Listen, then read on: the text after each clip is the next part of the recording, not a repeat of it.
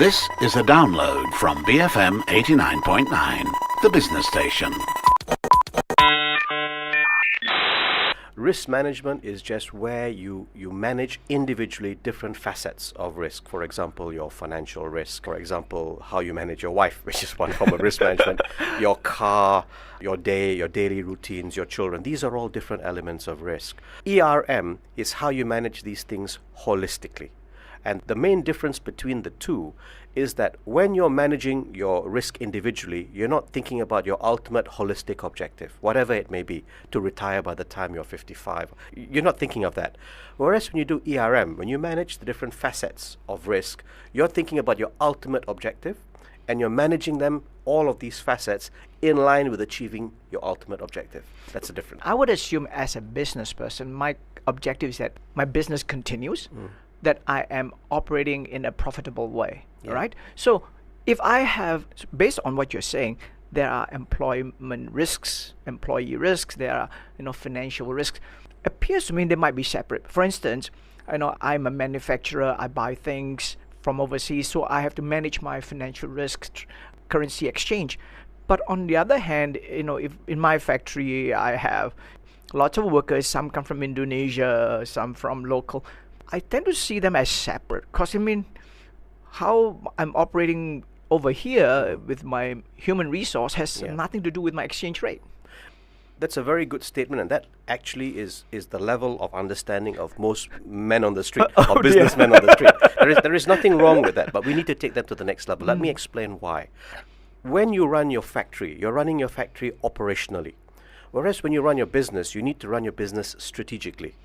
And you need to do it holistically so that the operations actually has a positive impact on the strategy. If you don't have ERM, if you don't have a proper approach to link your operationalization to your strategy, your operational business running will go in one direction and it will never achieve your strategy. And so ERM is about how you run your operations so that you will achieve your strategy. Help me connect the dots. Right. So I understand conceptually what you've just told me about this idea about being holistic. Take the example I've given you. My employees, my human resource on one side, and my exchange rate. Can you show how I might think of how I'm doing hiring these people got to do with my exchange rate in managing that kind of risk? Can you kind of connect the dots for me so that I say, now I see why I need to think holistically? Okay, let's say your strategy in manufacturing is to achieve global best practice, say, which a lot of SMIs, for example, nowadays are looking towards. And part of your strategy is to get better recognition, and part of your recognition is to get recognized for your more humane approach to how you treat workers, whether they're local or foreign, it doesn't really matter. If that is your overall strategy, your guys down the line, your factory managers, honestly, generally don't care. All they care about is hitting their targets. They don't care if they call the Bangla workers Banglas and they insult them and they make life difficult for them. All they want to do is achieve their targets, get their bonuses, keep their costs down. But if they do that, you will not get a good reputation. You will not win awards for being a good employer. You will not get the extra benefits of higher visibility that you intend, and you will never therefore achieve your strategy. So what needs to happen is you need to bring your factory managers together and tell them, guys, this is our strategy. These are the components of the strategy, and this is how you fit into the components of the strategy. And therefore, when we manage, we must manage in line. In other words, we're talking about the concept of goal harmonization. If you go back to the MBA degrees and whatnot, they talked about goal harmonization. They were actually talking about similar concepts that we now use in risk management. This is the holistic approach. Kind of like some of the industry buyers of palm oil requiring certain kind of certification, and they somehow trickle down to not just the oil itself, but how it's processed, how you grow it, etc. Yeah, actually, we did the risk management implementation for the largest oil palm manufacturer, oil palm exporter in the world. Which is based here in Malaysia and was listed recently, so you probably can guess who they are. And we did the ERM for the part that is now listed and all 20 over subsidiaries that they had. When you look at it, how do you ensure that there is harmonization between the travel and leisure business, the security business, the IT business, the actual production of palm oil business, the fertilizer business? How do you ensure this? what needs to happen is you need to start with the overall corporate mission, vision, and strategy. And then from there, all the subsidiaries need to fit in somehow into the overall corporate vision, mission, and strategies. And so they need to run their operations not with the sole intention of profit maximization, unless that is the sole intention of the organization, but with the intention of helping the mother company, if you like, the holding company, achieve whatever their stated goal, objective, mission, and vision is. So in some ways, that kind of a vision cannot come from the component parts. You cannot get the manufacturing component to say, okay, what are the risks there? But you have to kind of start with the strategy at the top and then align Cascade everybody it down. to it. That's absolutely right. And that's how you do ERM. You start with the strategy at the top and you cascade it down, because ERM is actually a strategic management tool, which again, a lot of people don't understand. They think of it as kind of something very specific to kind of fix a problem. If you like, the problem being, I am not achieving my overall strategy. So it's a very big problem. It's not a small problem. What is the ERM terrain like in Malaysia? How many companies are applying it? How many companies are executing it? And how many SMEs are in this arena? Well, I'll give you the good news and the bad news. The bad news first. The bad news is it's like a war zone out there. It's not really very good. In terms of how many companies are implementing it, there are a number of companies implementing it. But there are also a number of consultants and people out there who have never actually worked in an ERM function, who go in and want to tell you how to set up an ERM function. And what you have at the end of the day is a dysfunctional ERM function, which is very operational in nature, which goes against a lot of best practice components and doesn't achieve what it is ERM was really set up to achieve, and that then discourages other people from doing it, because they no longer will view ERM as an investment. It becomes a cost. It becomes very operational. So that's the problem. Specifically with SMIs, the problem really is that, and I say this with all due respect, there is this Chinaman mentality. And it works with the Indians, it works with anyone, but you know what I'm trying to say, yeah? Where the owner, who is the boss, feels that he set up the business, he runs the business, so why does he need any other structure to help him run the business? We've been profitable. Yeah, we're growing. It's not broke, so don't fix it. Right. Yeah. The problem is that when you say it's not broke, so don't fix it, you're backward looking. You're looking at your performance in the past. ERM is forward-looking. You're anticipating the roadblocks in the future. So if you're living in the past and saying, I've always done in the past, therefore I will always do well in the future, you're just asking to get taken down. And that is where the SMIs are at this point in time. But that's not different from SMIs everywhere else. That's the bad news. The good news is that at the IERP, the Institute of Enterprise Risk Practitioners, we exchange views with international associations like us elsewhere in the world. And according to them, Malaysia is ranked number 1 in terms of ERM practice in Southeast Asia, in terms of implementation of ERM. Indonesia and Thailand are ranked number 2, and Singapore is ranked number 3.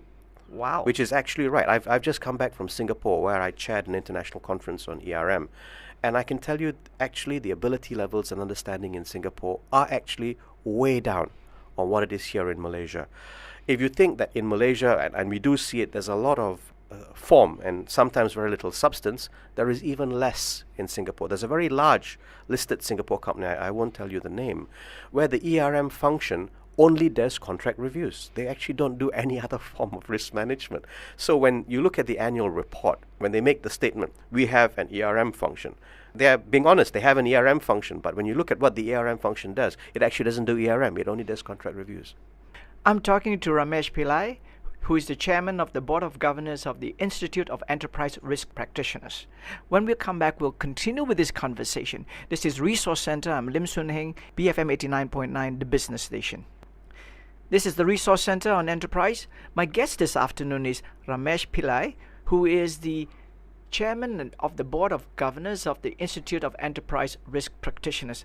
We've been talking about the terrain of the ERM in Malaysia. Good news and bad news. Ramesh, you kind of said that, we are actually not that bad. Yes. Yeah. But as far as the SMEs are concerned, there's a tendency to look backwards. That past success seems to kind of be the security blanket that suggests that things can go on as usual. And that's not the way. Correct. Yeah?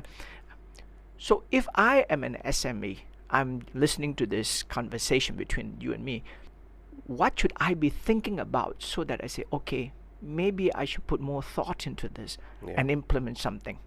There are several things I believe that the SME should be thinking about. The first main thing is that if the guy who is running the business now is the guy who started up the business, surely he's thinking about handing the business over either to his family or to more professional management or to someone else, because he needs a break. He needs to enjoy the fruits of his labor. That is also in the risk, right? Because Yes. this person might not know Absolutely right. or have not the same kind of passion. Correct, absolutely right. Which is actually why ERM was designed in the early days. It's to make sure that the people who run your business are accountable for the risks that they are taking on your behalf. And how are they accountable? There is a structure to make sure that they identify the risk properly, they report the risk properly, they manage the risk properly. Because at the end of the day, we're in business to take risk. ERM is not about avoiding risk. ERM is about managing the risk that you're taking. It's about selecting the risk that you want to take. Because the misnomer that people have about ERM is that ERM is only about the hazards. It's not. ERM is about the opportunities as well. You want to grab the appropriate opportunities when they come along, and you want to deal with the hazards before they become issues for you.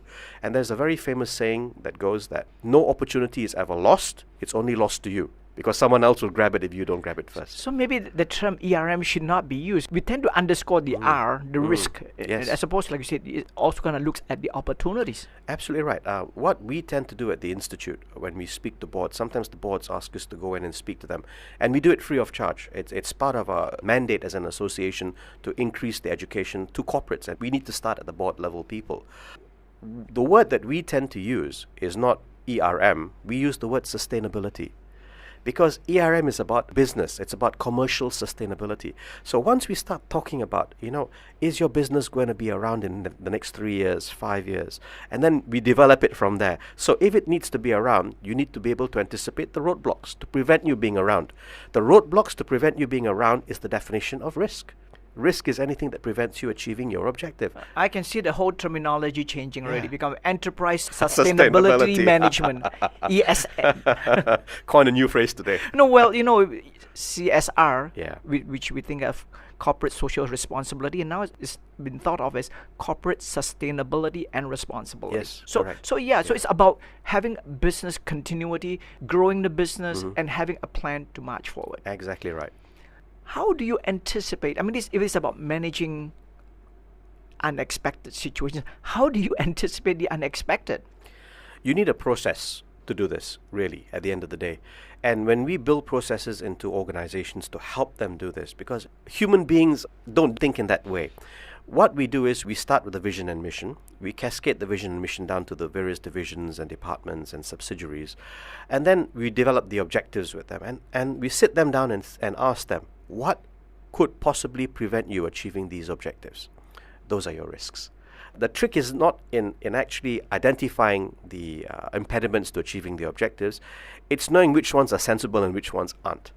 And at the end of the day, the only person who knows that actually is the person identifying the risk, which is why you cannot outsource the identification of risk to someone else, because the person who's in the business, what we call in the line, is the person who's best placed to actually identify the risk.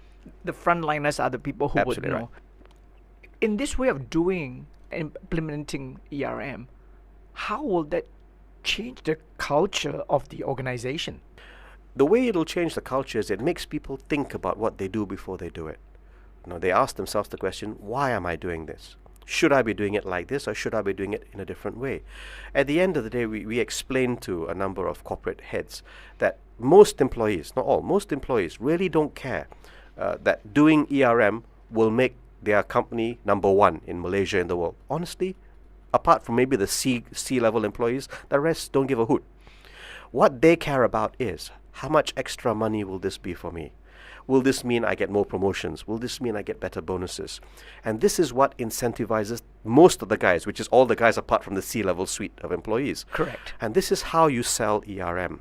If you practice ERM properly, and if things work according to the process, what's going to happen is that you will have a better probability of achieving your objectives. Nothing in life is guaranteed, so we can't guarantee. But you'll have a better probability of achieving your objectives.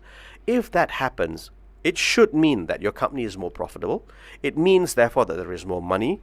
It means the company is going to grow. What does that mean? It means faster promotions, better salaries, better bonuses. Isn't that what you want as an employee? And they all nod, yes, yes, yes. Exactly right. It also allows you to communicate directly to your superiors and to the board, because you have to record these risks in a risk register which are viewed and approved by the boards, where you tell them, this is what you want us to achieve, and here is what we think is going to prevent us achieving it, and here's the mitigation plan, what we need to overcome the impediments. Please give it to us. So if they want to support you, they will say, yeah, okay, but we have budgetary restrictions. Maybe we can only give you 70% of this and 30% of that. It becomes a two-way, I don't want to use the word negotiation, but a two-way communication channel, where the guys down the line who are responsible for executing strategy are actually telling the guys up the line who designed the strategy whether the strategy is workable or not, and what they need to do to actually implement and execute. There must be a buy-in from the whole Yes, organization. correct. It cannot be some kind of a mission statement that is put on a plaque and then plastered all over the place that everybody looks at and then kind of The ivory tower syndrome. Yes, correct. Okay. Yeah. Okay. Is there a software that somebody can buy and say, okay, this will help me implement the program? This is where the software vendors are going to kill me probably. There are many bits of software around. They range from, frankly, the very cheap and cheerful to the very expensive and not so cheerful, and everything in between, where the not so expensive and doesn't work. From my 26 odd years worth of risk management experience, I can tell you that I've yet to come across a piece of software that does the job adequately. Most people use ERM software as a reporting tool, and a lot of people use the audit approach to ERM to try and develop an ERM software, and there are many out there at this point in time, and frankly, they don't work. I can introduce you to clients who are very disappointed with their software, but because corporate head office uses it or the holding company uses it, they are forced into using it as well, but they really don't like it. So there is still a lot of scope for development within the IT sector, but there are also, using the word conmen is probably a bit too strong, there are also people who are under pressure to sell their IT systems, and when they sell their IT systems, the companies which buy them don't always buy them because they're good systems. It's because a lot of serious lobbying has been done with the directors, and the directors often don't know very much better. So, oh, it must be good because so and so has mentioned it to me. It must be good because so and so is using it, but they forget that the so and so is using it, maybe using it for the wrong reasons, and that's what I see at this point in time. So ideally, if I'm a business and I want to think about ERM seriously and implement it, how do I go about doing it? The main thing to do is you hit the nail right on the head. You need buy-in, and the buy-in starts at the top, really. That's the hardest place to get the buy-in. Getting the buy-in from the guys down the line is easy. The problem is directors generally don't understand the concept of ERM. They've read a lot, they go for conferences and whatnot, and I attend conferences to try and educate them. But how much can you learn from a speaker speaking for 45 minutes at a conference? And most of the conference speakers are vendors. So they're not experts. And if you look at their background, very few of them, if any, have actually ever worked in a risk management function. So there's this vendor who's never worked in a risk management function telling you what you should be doing in risk management. So when the directors come back, they have no idea. You have a number of internal audit functions and internal auditors trying to develop risk management, which is a very laudable cause. But you have to understand that risk management objectives and internal audit objectives are not the same. Internal audit is more about control and compliance, whereas risk management is about managing and developing business risk. And if you speak to a lot of practitioners, they will tell you need to keep the two separate. But what you tend to find is that you have a lot of internal auditors being involved in the risk management function, which again, I keep going back. There's nothing wrong with that so long as it is only just the beginning. And then you bring a professional in to develop it, and you don't just leave it with internal audit or under internal audit. So the buy-in has to be at the C level first. It has to be at the C level first. In fact, at the D level first, the director level first. So get somebody to come to talk to them? I mean, how do you do that? What tends to happen is that we get invited. As I said, we do it for free at the Institute. We close the door and we tell the directors, how much time would you like? We're not charging you for it. And we have a very frank discussion. So we typically give them a short presentation, depending on how much time they have and what they want to talk about. And then it's an open forum. You ask us anything you want to ask, and so long as we won't get arrested by special branch for speaking about it, we will actually sit down and we will discuss very openly with them to try and develop. Because unless the understanding starts at the director level, it's hard to see it developing further properly in Malaysia. Thank you. Now, Can you just summarize for me what are the key things that you have said to us today? The key takeaways from this discussion really is that if you want to develop your business properly and take it to the next level, whether you're an SMI or SME or whether you're a corporate business, one of the ways to do this is to ensure that you have mechanisms in place to anticipate potential roadblocks. Why? Because these roadblocks could derail your deliverability on your corporate strategy. And the corporate strategy doesn't have to be a profit strategy. If you're WWF, you may not have a pure profit motivation. You may have other environmental type of motivations, but they still have risks. Because so long as you have objectives, you have risks. And if you go back to ISO 31000 on risk management, the definitions in there, you can Google it and you can see all of those things. What you need to do is develop process first, not develop systems first, which means that if you have Excel and you have Word, that's good enough. You can manage your risk management function just on Excel and Word, at least when you first start up. Get your processes in place, get the buy-in, get your education programs in place, because at the end of the day, the most critical success factor for ERM is culture and environment. If you have the right culture and the right environment, you know, anything can work. And it's the same with ERM. If people are risk aware, if they understand that the reason they're doing this is so that the overall strategy can be delivered on, people, and what's in it for them, people can actually go out. They will live and they will die risk management. Ramesh Pillai, the Chairman of the Board of Governors for the Institute of Enterprise Risk Practitioners. This is Resource Center, and I'm Lim Soon Heng on BFM 89.9, the business station. Thank you for listening to this podcast. To find more great interviews, go to bfm.my or find us on iTunes. BFM 89.9, the business station.